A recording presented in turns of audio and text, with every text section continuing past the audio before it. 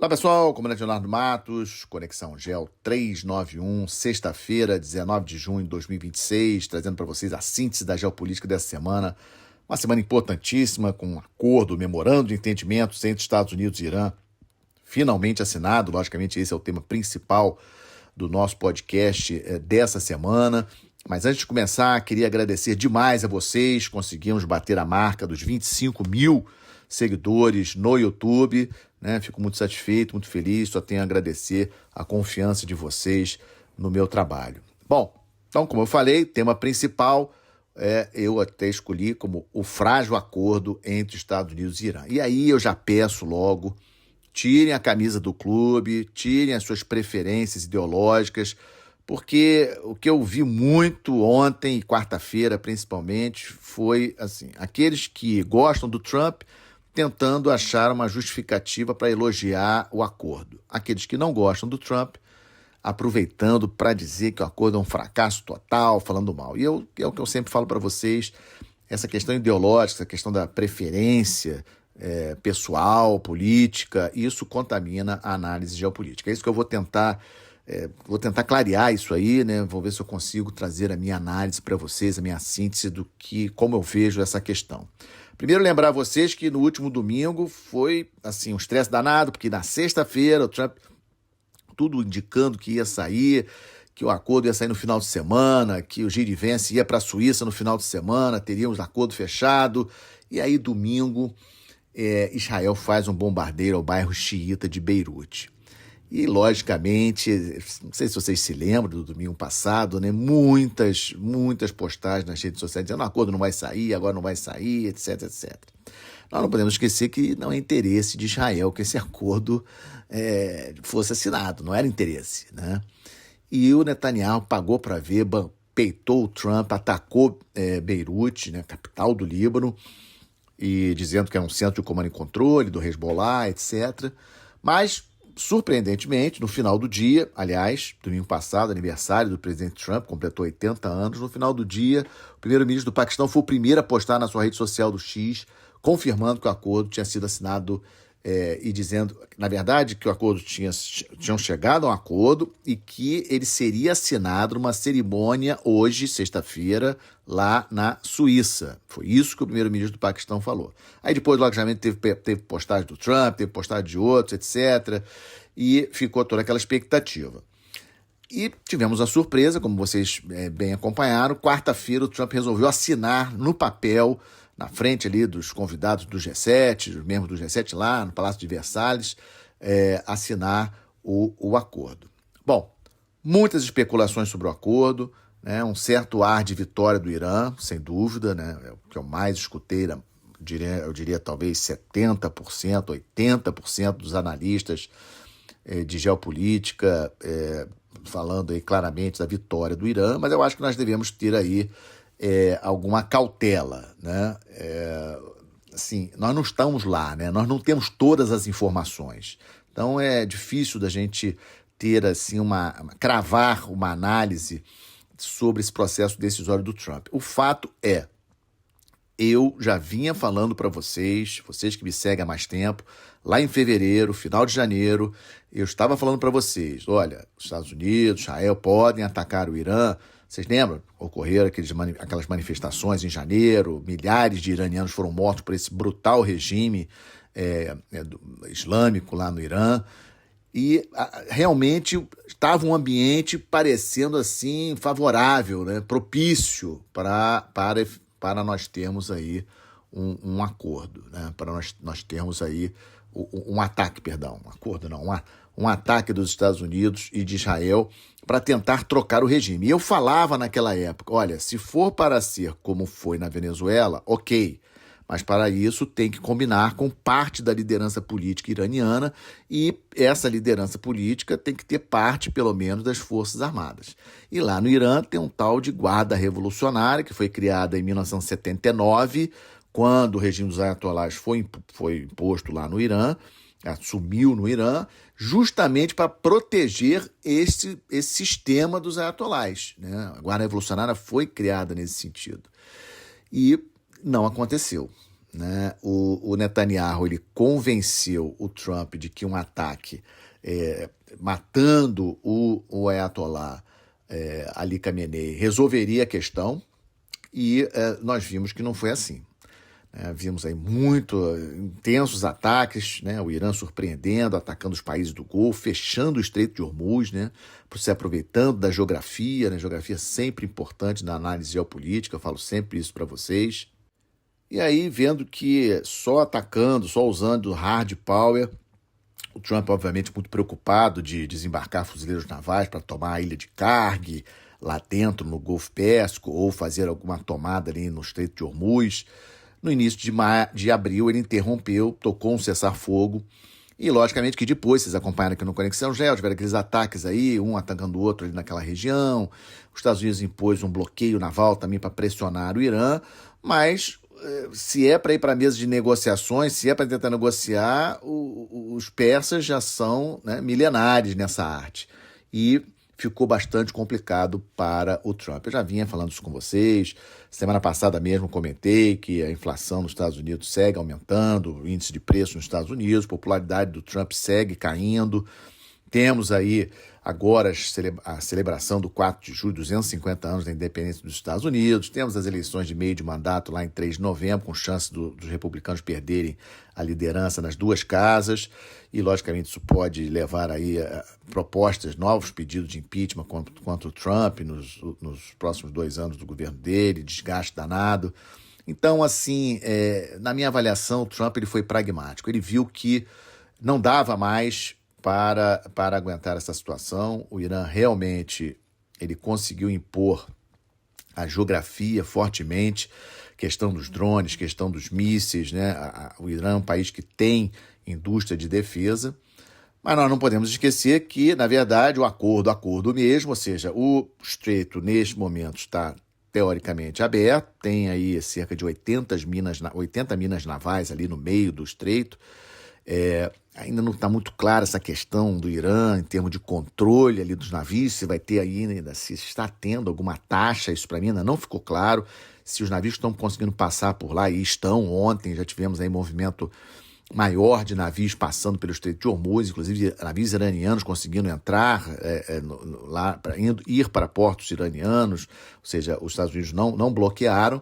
Então tem aí algumas questões em relação a esse controle do Estreito de Hormuz, mas a questão nuclear ela vai ser detalhada nos próximos 60 dias, o que está no memorando de 14 pontos. O Irã, na verdade, já sempre falou, o Irã nunca disse formalmente que queria ter arma nuclear. Então, ele colocar num papel que ele não vai ter arma nuclear é o que ele já falava antes, né? Então, isso aí não vejo vitória nenhuma. Mas, teoricamente, são 60 dias aí pela frente para se detalhar como exatamente vai ser essa questão do programa nuclear iraniano.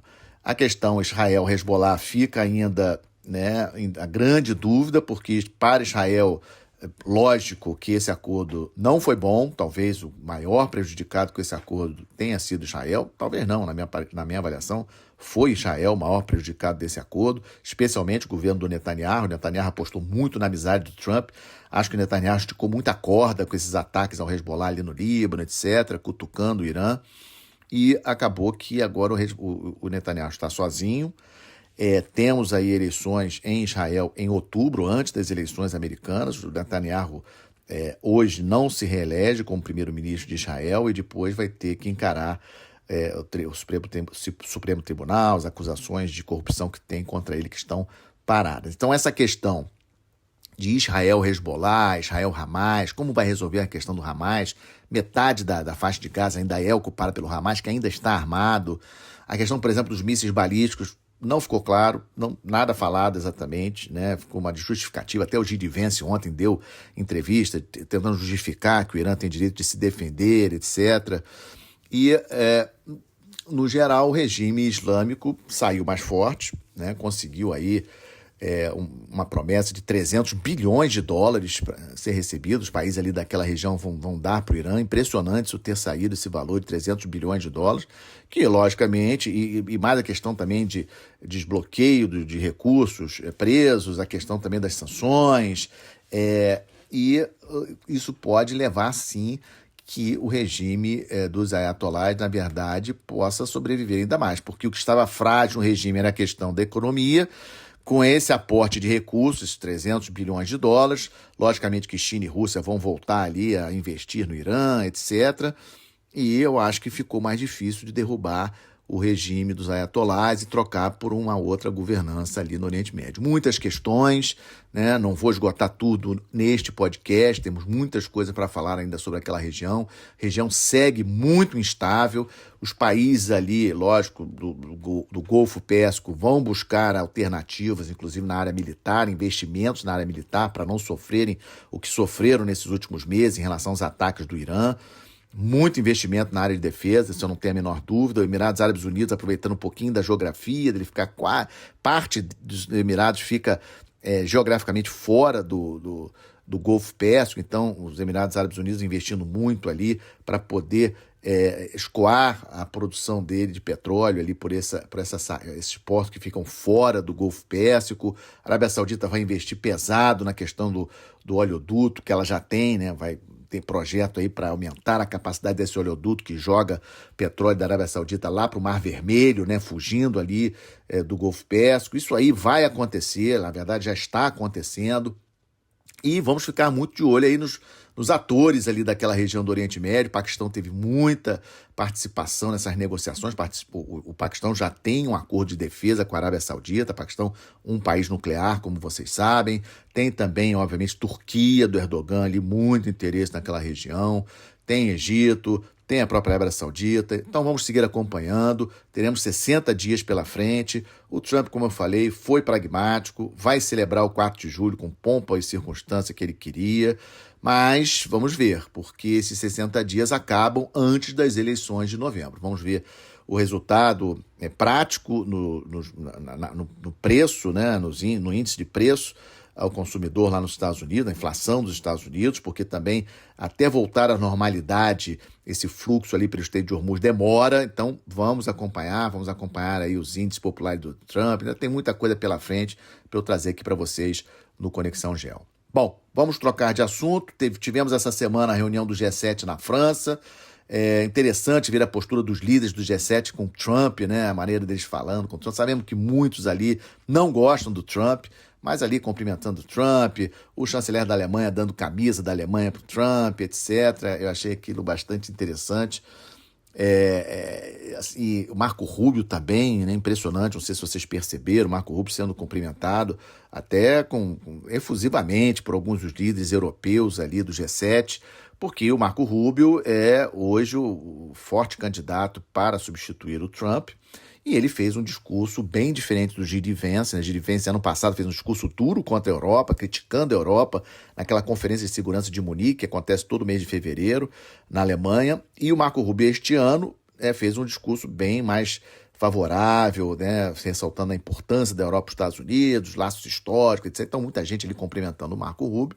Além dos 7 líderes, né, do G7, obviamente, e da União Europeia, que participam formalmente do G7, tivemos Ucrânia, né, Catar, Egito, Emirados Árabes, né, especialmente esses 3, Catar, Egito e Emirados Árabes, logicamente para discutir a questão aí do conflito, etc., ali no Oriente Médio, aproveitar a presença do Trump. Me chamou a atenção da Arábia Saudita não ter ido, um detalhe importante.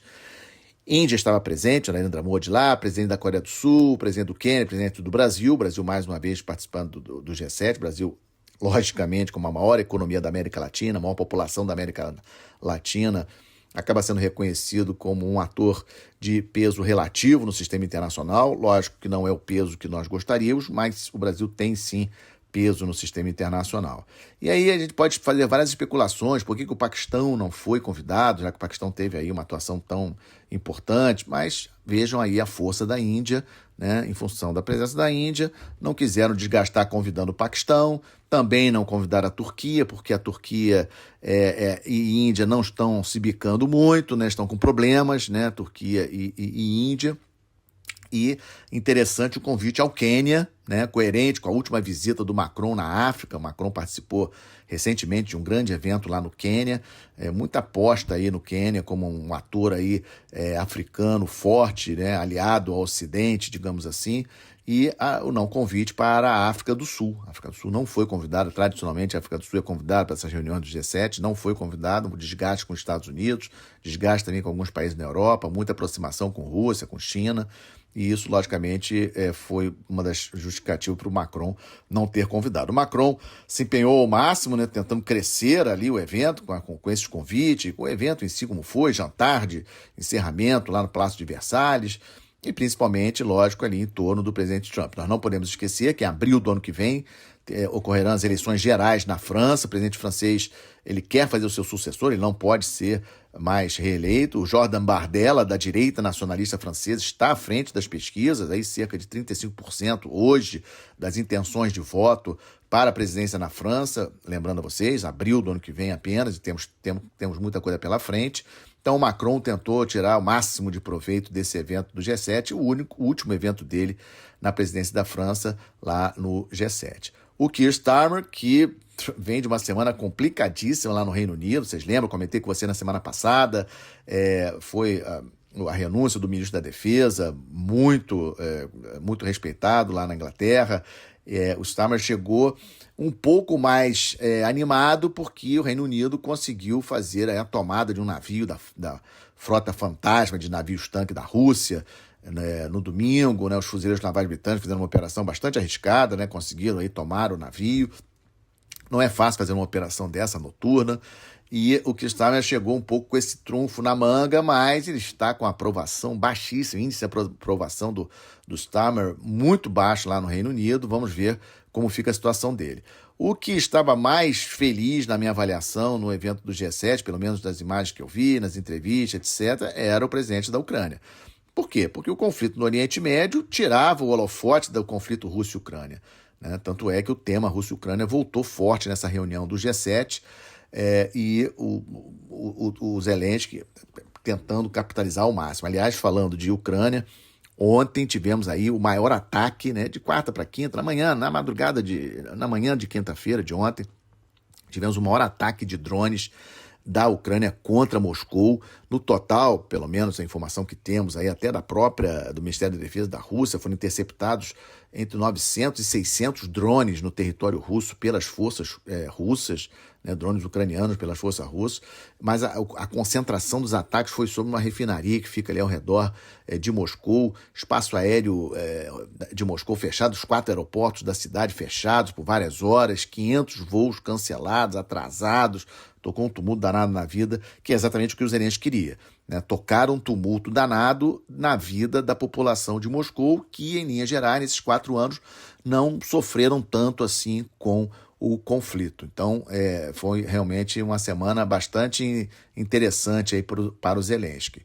E ontem, um evento também muito importante, o Pete Hegseth, na onda, ele, logo depois do G7, o G7 acabou quarta-feira, logo depois do G7, o Pete Hegseth, lá em Bruxelas, na sede da OTAN, perante os ministros da defesa dos demais membros, né, dos aliados, faz um discurso duríssimo, dizendo que o Trump não gostou da postura de vários dos países aliados em relação ao conflito lá no Oriente Médio e determinou um estudo que tem a duração aí de 6 meses no máximo para decidir sobre a redução dos efetivos militares dos Estados Unidos na Europa. Então, foi um discurso bem duro, né? Se vocês querem ver o discurso, é só ir lá na página do Pete Hegseth, na página do Ministério, do Departamento de Guerra, né? Departamento de Defesa dos Estados Unidos, né? Foi um discurso aí bem duro. Ele não falou de improviso, ele leu o discurso, um discurso bem duro aí contra os aliados da OTAN, né? Lembrando a todos que em julho teremos a reunião de cúpula da OTAN, dessa vez, esse ano será na Turquia.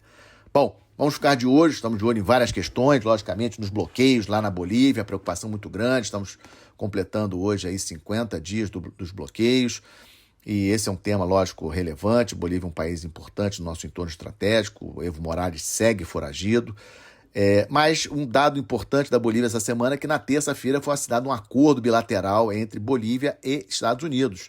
já vim falando para vocês já sabem disso, os Estados Unidos tem acordo já com o Equador, com o Paraguai, e já está atuando efetivamente com militares dentro desses dois países, Equador e Paraguai, já atuou na Venezuela, já falei com vocês, o ataque lá contra o líder do Trem de Aragua.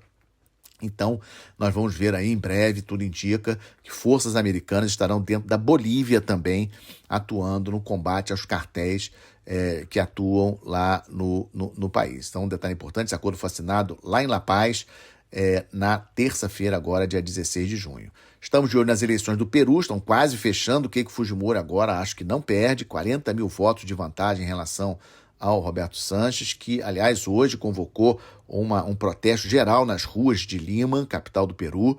Vamos aguardar, ele disse que não vai reconhecer, disse que já está recorrendo a várias recontagem, pedindo recontagem dos votos. Então, não temos ainda uma definição formal em relação às eleições no Peru. O próximo presidente, que tudo indica será Keiko Fujimori, da direita peruana, assume no dia 28 de julho. E a direita deverá vencer também na Colômbia. Tudo indica que, neste domingo agora, 21, Abelardo Laspriedia, que é fã de Trump, fã de Milei na Argentina, ele deve vencer o senador Ivan Cepeda, que é o candidato do presidente Gustavo Petro, está com uma vantagem de cerca de 7 pontos nas pesquisas, mas sabe como é que é a eleição, né? Vamos aguardar domingo lá na Colômbia. Cuba, um anúncio importantíssimo ontem, né, cedendo aí uma crise energética horrível, né, em função do bloqueio dos Estados Unidos.